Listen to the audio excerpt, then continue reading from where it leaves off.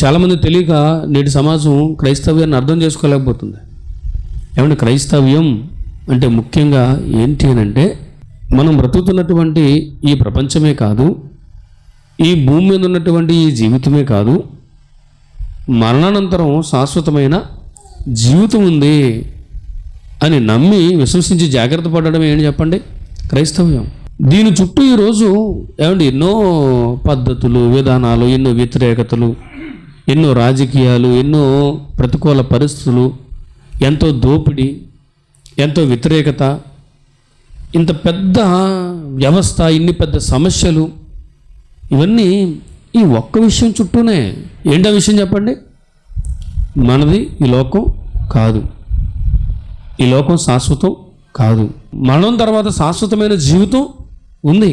ఈ జీవితంలో మనం బ్రతుకుతున్నప్పుడు మనం చేసిన క్రియలను బట్టి దేవునికి లెక్క చెప్పాలి. ఇదే క్రైస్తవ్యం.